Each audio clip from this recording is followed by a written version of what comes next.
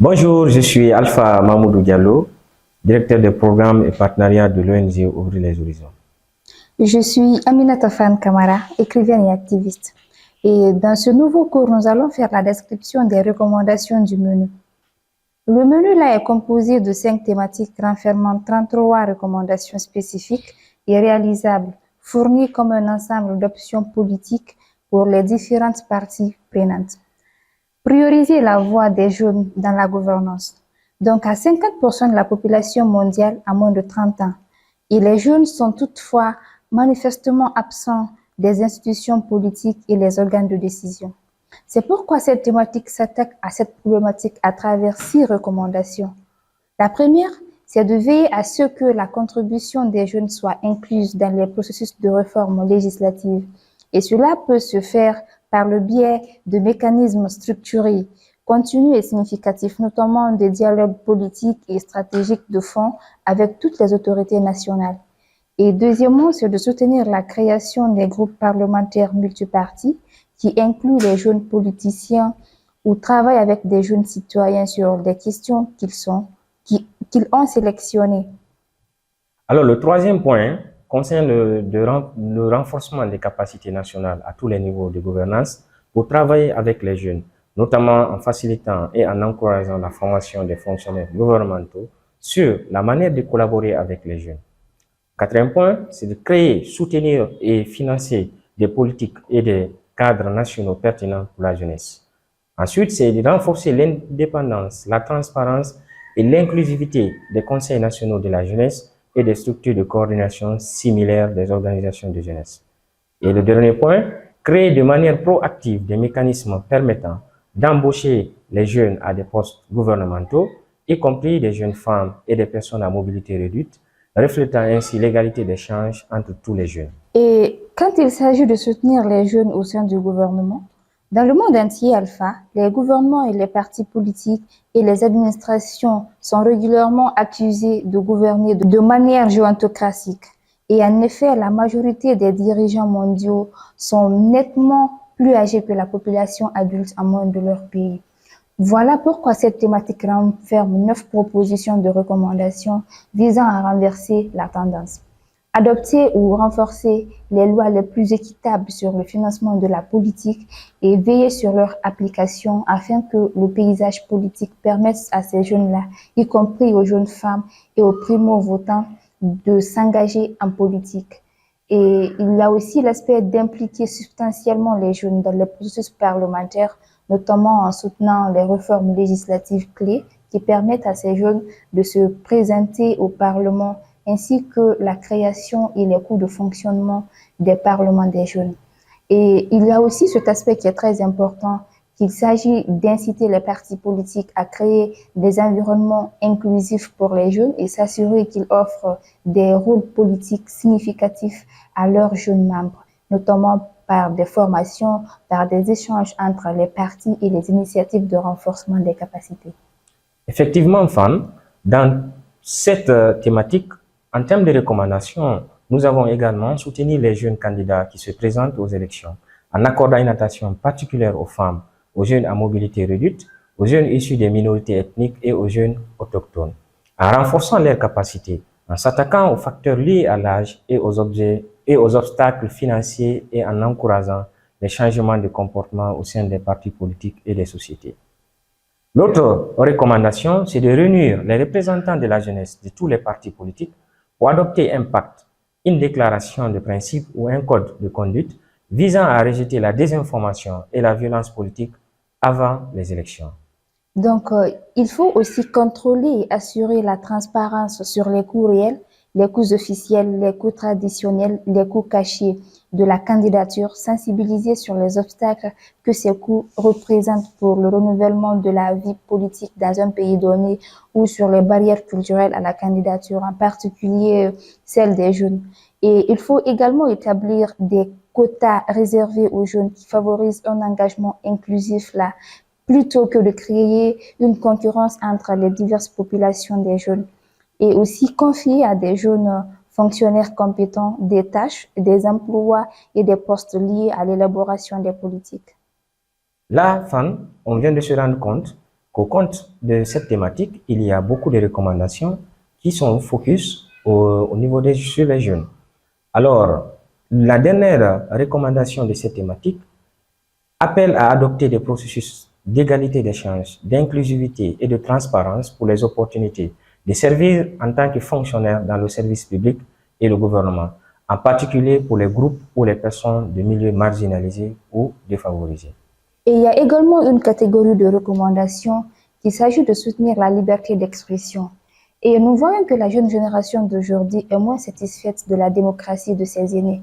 Par conséquent, cette génération participe moins aux élections, mais elle est active et bien informée sur le processus démocratique. Voilà pourquoi cette thématique s'accentue sur 3 recommandations pour accroître la liberté d'expression de ces jeunes-là. La première, c'est d'aider les jeunes défenseurs des droits humains, les artistes, les journalistes et les blogueurs à jouir d'une liberté d'expression sûre et réelle en renforçant les cadres juridiques et en créant des espaces civiques sûrs. Et après, il faut penser à promouvoir l'accès de ces jeunes au vote en facilitant l'accès à la carte d'identité du citoyen et l'inscription inclusive des électeurs par le biais des registres civils et électoraux numérisés et en systématisant le rapprochement des 2 registres. Et par ailleurs, il faut aussi accréditer les jeunes citoyens pour qu'ils observent des institutions démocratiques, par exemple le suivi parlementaire et les processus, par exemple l'observation de la paix, l'observation des élections, le décompte parallèle des voix et qu'ils donnent leur avis sur d'éventuelles réformes. Alors, après cette thématique, nous allons toucher la thématique suivante qui porte sur l'aspect qui consiste à promouvoir une culture de la participation politique des jeunes. Loin d'être une question de niche, le désengagement des jeunes vis-à-vis de la démocratie est un problème transversal. Lors des élections et des actes civiques quotidiens, l'idée que les jeunes se font de la participation politique dépasse largement le cadre de la politique conventionnelle. Cette thématique renferme 11 recommandations visant à renforcer la culture de la participation politique des jeunes. Donc, il s'agit dans ce cadre-là de soutenir les organes de gestion des élections afin d'identifier et de mettre en œuvre des systèmes d'inscription des électeurs, mais aussi qui garantissent au mieux la participation des primo-votants. De travailler avec les organes d'administration des élections et les agences de coordination responsables du traitement des cartes d'identité nécessaires à l'inscription sur les listes électorales afin de s'assurer que les jeunes électeurs peuvent recevoir des cartes et qu'ils sont en mesure de voter le jour des élections. Et aussi, il faut identifier en collaboration avec les organes d'administration des élections le moyen de diversifier l'envoi des messages d'éducation civique et des électeurs ciblant les nouveaux électeurs, tout en utilisant divers mécanismes de diffusion, y compris les médias, notamment les moins traditionnels tels que les messages textuels, les annonces dans les journaux, la télévision, la radio et également à travers les plateformes en ligne telles que les pages web, les médias sociaux, les annonces et les applications numériques. Alors, en termes toujours de recommandations, il y a mettre en relation les organes d'administration des élections avec les éducateurs et les ministères compétents afin d'intégrer dans les plans de cours officiels des écoles des informations relatives à la participation des jeunes aux élections et de créer des opportunités pour leur engagement tel qu'au sein des associations d'étudiants. Améliorer l'expérience des primo-votants afin de pérenniser le taux de participation électorale sur le long terme, y compris en baissant éventuellement l'âge du droit de vote. Développer des mécanismes participatifs, budget participatif, mécanismes de consultation, d'engagement destinés aux jeunes. Et aussi de soutenir les organisations de la société civile afin d'impliquer les jeunes là dans les principaux processus démocratiques, notamment par le biais de la citoyenneté active, de l'observation citoyenne des processus démocratiques et de la contribution aux réformes et à l'élaboration de ces politiques. Et par ailleurs, il faut aider les organismes de gestion des élections. Il faut les aider à choisir des bureaux de vote accessibles dans la mesure du possible, à élaborer un plan pour rendre tous les bureaux de vote accessibles à l'avenir parce que c'est déjà un très grand problème. Et concevoir et mettre en œuvre des programmes d'éducation civique et d'éducation des électeurs en mettant l'accent sur les expériences uniques des jeunes qui sont aussi des jeunes femmes, des personnes à mobilité réduite, des personnes LGBTQ, des personnes indigènes ou encore des minorités ethniques ou religieuses. Justement, dans ce cadre, nous avons aussi collaboré avec d'autres gouvernements et les encourager à protéger les libertés civiques en mettant l'accent sur la lutte contre le népotisme et la corruption en politique. Investir dans une éducation civique qui favorise la compréhension par les jeunes de leurs droits civiques et politiques et qui soit accessible à toutes les populations de jeunes, en particulier les jeunes femmes, les minorités ethniques et les jeunes autochtones, ainsi que les mineurs et les jeunes à mobilité réduite. Et toujours dans les recommandations, il faut promouvoir une culture des droits de l'homme chez les jeunes.